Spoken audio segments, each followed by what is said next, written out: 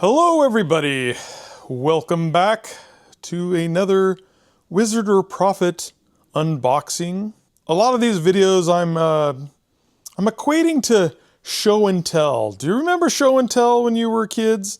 Did you have show and tell when you were kids? I remember show and tell was my favorite time of the week, where we got to bring something from home and show it to the class and tell about it. To some kids this was bragging, to some kids this was something to bring that earnestly brought meaning and joy to their lives. But we really know the whole reason that we were up there doing it was because we were trying to learn to speak in front of a group of people and not be shy, and also to show that we all had things in common. Some things kids brought in were legitimately cool and awesome and fantastic.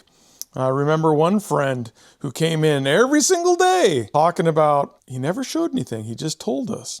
He is saving his money because he was going to buy a pet turtle. And every week he would come in and tell us, I have $3 saved, I'm going to buy a pet turtle. I've got $4 saved, I'm going to buy a pet turtle. And I don't remember how much the pet turtle cost. How much does a pet turtle cost in 1978? I don't know. And then one day he brought in his pet turtle and we were so excited. And then he dropped it on the playground and it died.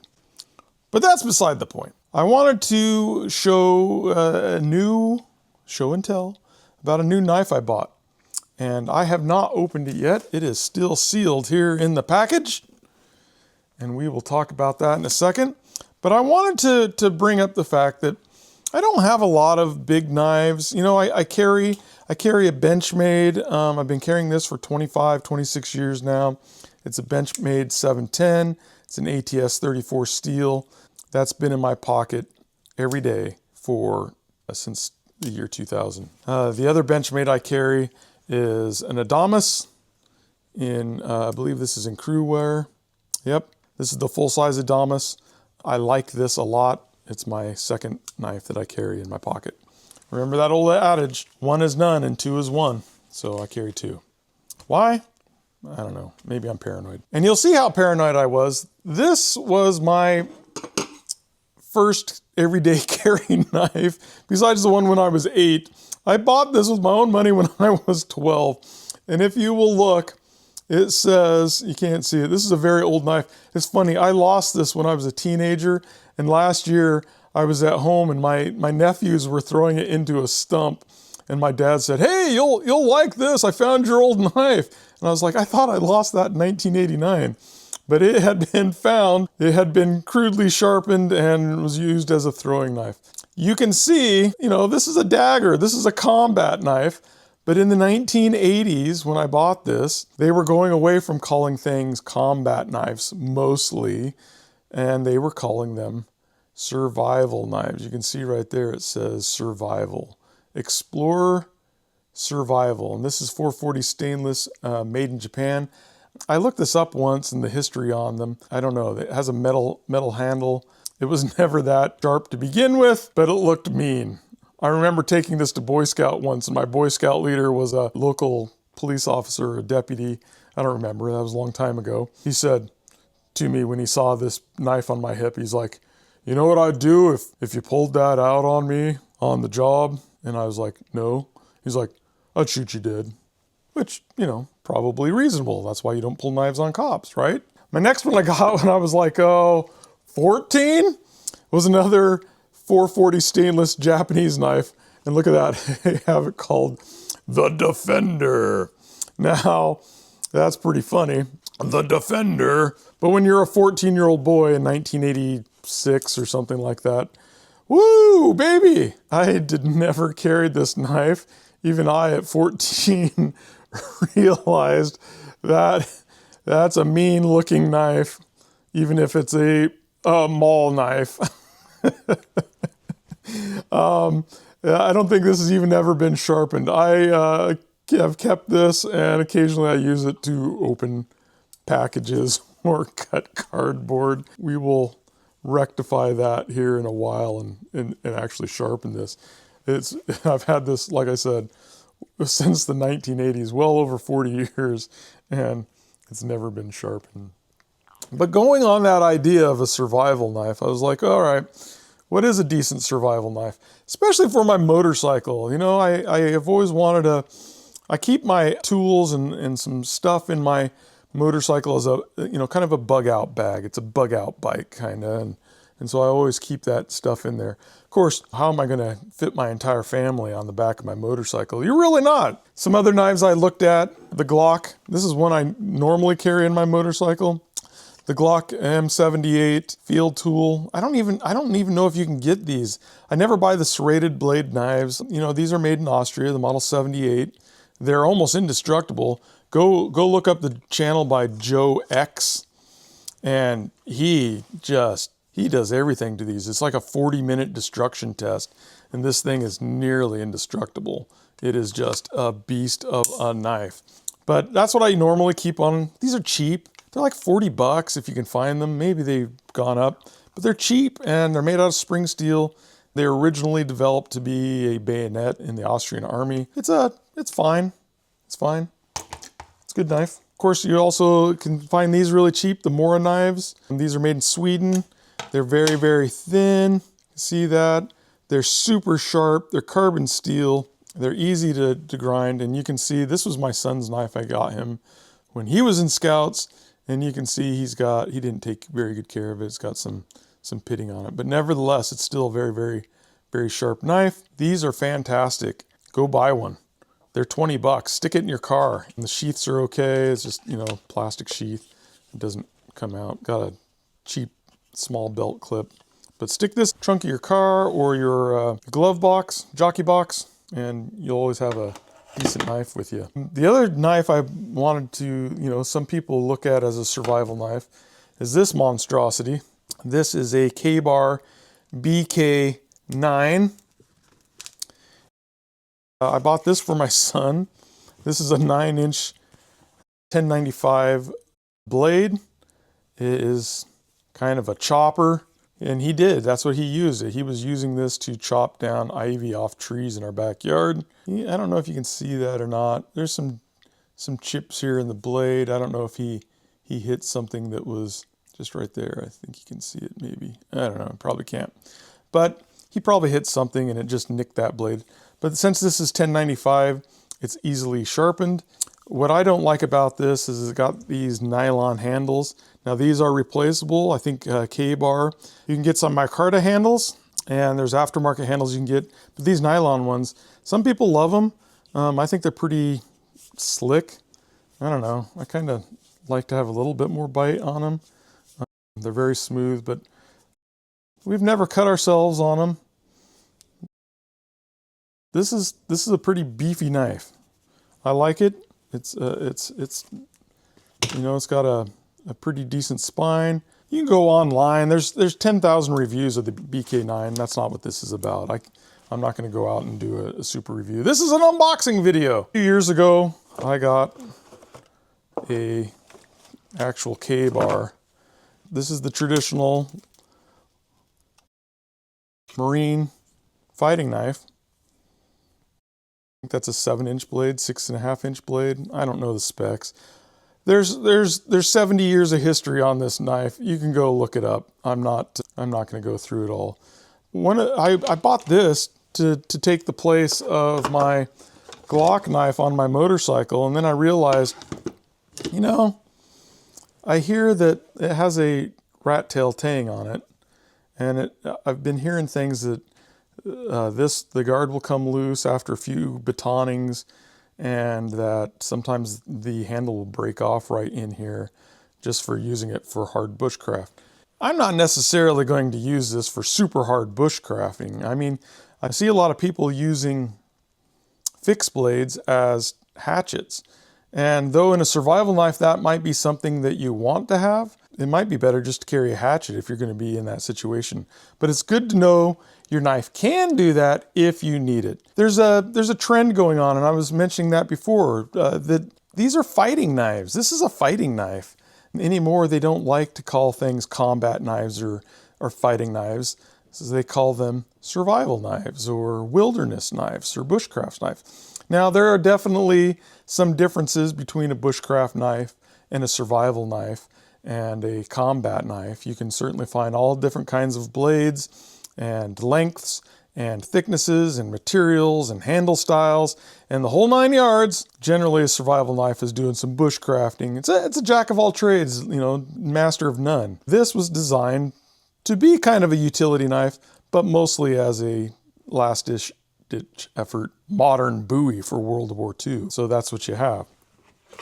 Now, in looking at all the reviews over the last weeks and weeks here, trying to find, oh, what is a good survival knife? 10 minutes, 13 minutes into the video, whatever we are, however I edited this, we finally get to the unboxing here. What did I end up with? I wanted something that wasn't quite this big, something that was more along the size of the K-bar, but had a little bit more heft and a little bit more capability. Let's see what I ended up with. Exciting. I haven't opened this up. I've never even seen one of these in person. So I'm excited.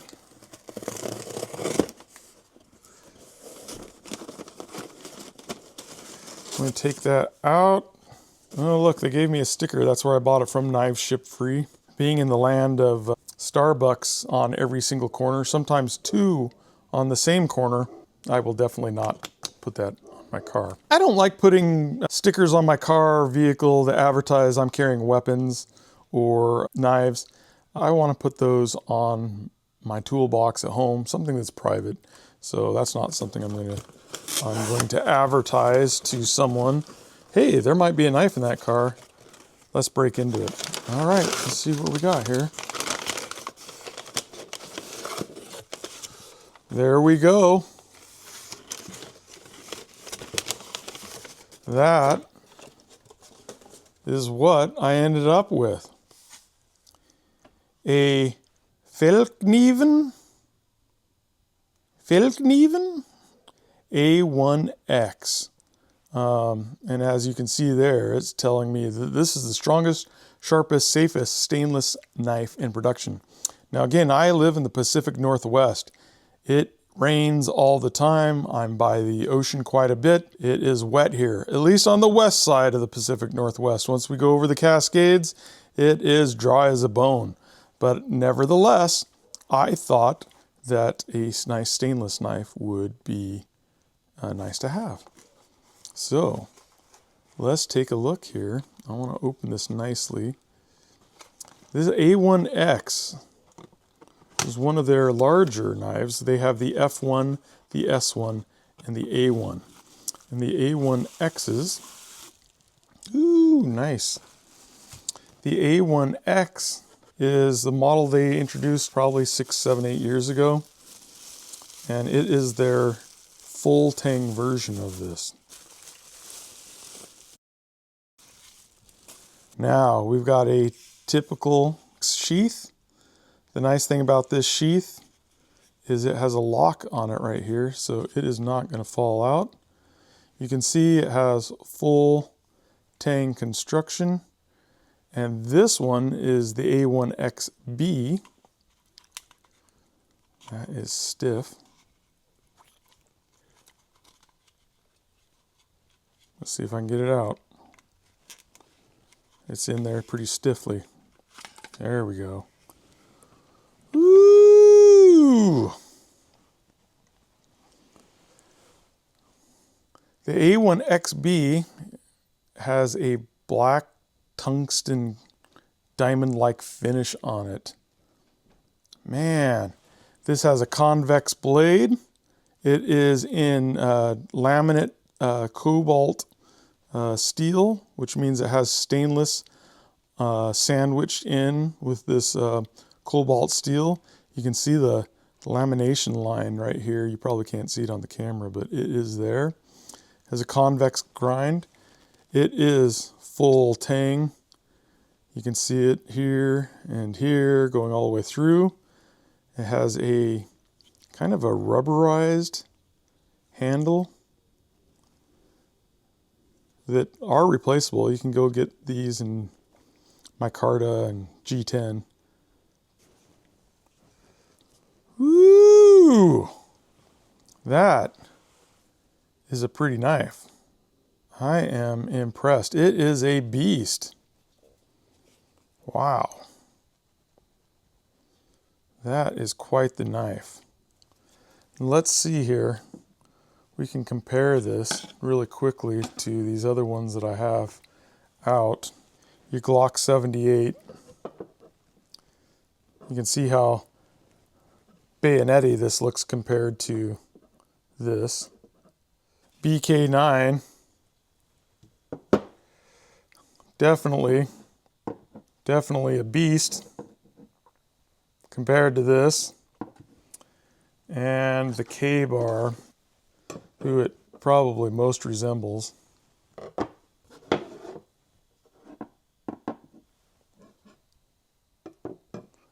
So, what do we got here? Blade is definitely shorter, guard to guard. Yep, definitely. This has a 7mm spine, whereas this one is like half. You can see that right there. This is heavier than the K-bar too, probably because of that substantial full tang and 7mm. That is sweet. I was worried about it the whole time it was coming, and it took the slow boat over here, you know, knife ship free. But when you pick the free option, it took, you know, a week and a half coming from Tennessee. But man, even though this is a Swedish knife company, these are actually made by Hattori, I believe, in Siki, Japan. And Hattori makes notoriously well-made knives. This is no exception. This is a beautiful, beautiful knife. Wow. I'm impressed. Piece of paper here. Let's see if it's even sharp. Oh yeah! Right out of the box. I would shave my arms, but you know, I don't have much hair on my arms anyway, and it's cold out. All right, there you go. This is a long video. I apologize. Thank you for watching this long. That was a quite unboxing video, but my goodness, there's the shot right there. That is not silver. That is a black, but it is certainly a black reflective diamond-like coating. It's interesting. You can see that layer. You can see that it's been laminated. And that lamination is supposed to make this, you know, 20% stronger than just having the cobalt steel by itself. But wow, that is a slick knife. All right, my friends, thanks for watching. Please like and subscribe. We'll see you next time. I thought I had something more to say.